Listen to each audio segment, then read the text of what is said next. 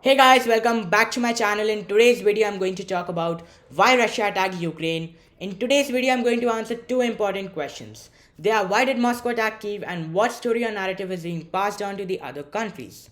Let me start with a quote.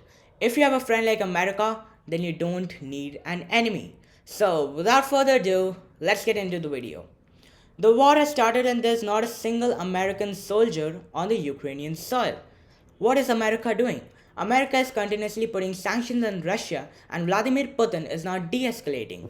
America repeatedly warned Russia that they would put heavy economic sanctions if they ever invaded Ukraine. But Russia attacked Ukraine. So don't you think Putin already calculated the losses before attacking, knowing there will be sanctions and there would be minimal effect on the Russian economy? This whole Ukrainian crisis is a very personal issue for Russia, as it is related to the national security. Let us understand how. Russia had attacked Ukraine as it did not want Ukraine to join NATO, and it did not want US installations on its border. Putin has a valid reason for this. America did the same thing while invading Syria. While attacking Syria, US gave 90 B-61 nuclear warheads to Turkey.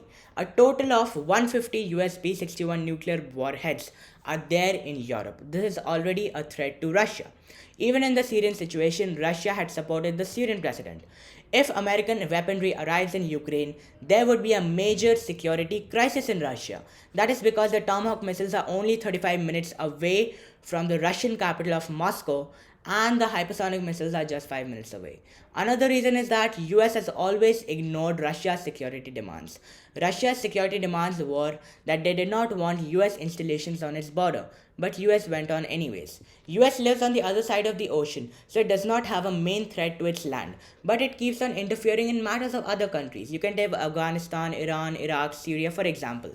In every situation, US jumped in the matter and then left the country on its own. Russia's demand was simple, yet the West had to interfere. Even Ukraine had got carried away and now it's all left alone. Even NATO refused to send reinforcements. What is the West doing then? The West is doing meeting after meeting, but there is no solution for the Ukrainian issue. The West is deploying soldiers on their border, but they aren't sending soldiers in Ukraine. This is because they are fearing that Vladimir Putin might invade their countries. So, how did Europe get dragged into the matter? Initially, the European countries were against war. Initially, France was against it, Croatia, Germany, but now all of these countries are rallying beside the United States of America. This is because of the propaganda that was spread by America. Ukraine could have solved the issue diplomatically if the West hadn't interfered, but now it is facing the Russian missiles and the West is just watching it. Russia would stop once it gains control of the Ukrainian capital Kyiv. Because Russia knows if it lets Ukraine get away this time, they know Ukraine will commit the same mistakes in future. America had jumped in the matter to save Ukrainian democracy from so-called Russian dictatorship. Western countries are not the only countries to have democracy. In the East, we have India and Japan that have democracy. But they feel that their democracy is the best and preach it to the world. They believe all the other nations are undemocratic, including Russia. But who told you Russia has dictatorship? Russia does not have dictatorship, it has its own model of governance, which is different from the West, so the United States keeps on criticizing it. What would happen if Ukraine allies with the West? Will it be sovereign? The answer is no. Ukraine will not be sovereign as long as two nations exist. These two nations are United States and Russia. United States keeps on interfering in international matters of Ukraine, whereas Russia has always interfered in internal matters. So what should Ukraine do? Ukraine should adopt a policy of non-alignment like India. The West had spread the propaganda that Russia does not allow Ukraine to be independent, but this is not true. Russian President Vladimir Putin said he would leave Ukraine alone if Ukraine refuses to sign the NATO. But Vladimir Zelensky got carried away with Biden's promises and he said he would sign the deal. So Vladimir Putin got angry and he invaded Ukraine. There are various reasons because Russia felt betrayed. Let me explain how. Russia had wiped off Ukrainian debts which had accumulated during the Soviet era, and this debt was not a small number, it was more than 3 billion US dollars. Yet Ukraine kept on cheating. Sometimes Ukraine stole gas from the gas pipelines, sometimes they forgot or refused to hand over the Soviet assets back to Russia. So after all this, Russia also felt betrayed. I'll give you guys a similar example, you guys will understand very well. The example is of India and Pakistan. These two countries got separated in 1947 from the British.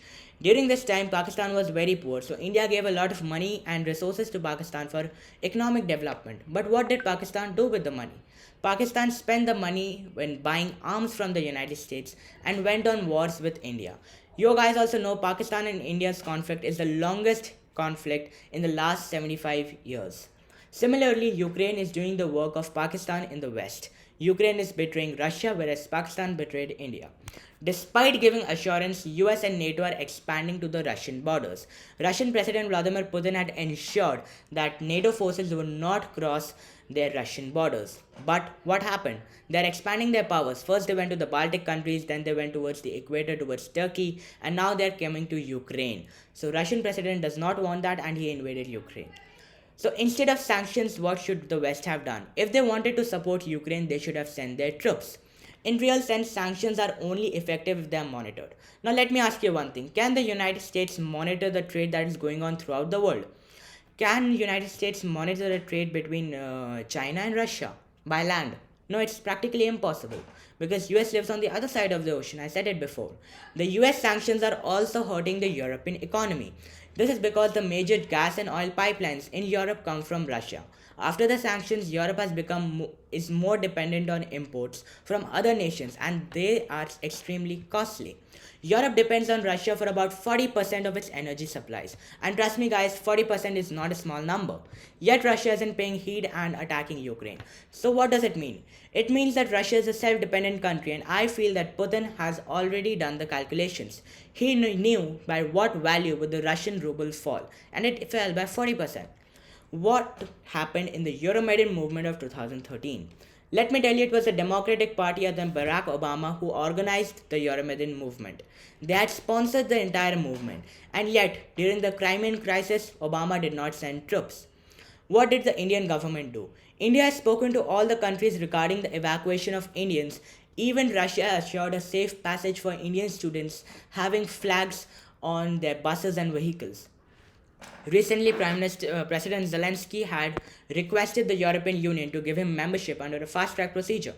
Initially, European Union rejected because only 6 members agreed. Rest 21 did not agree.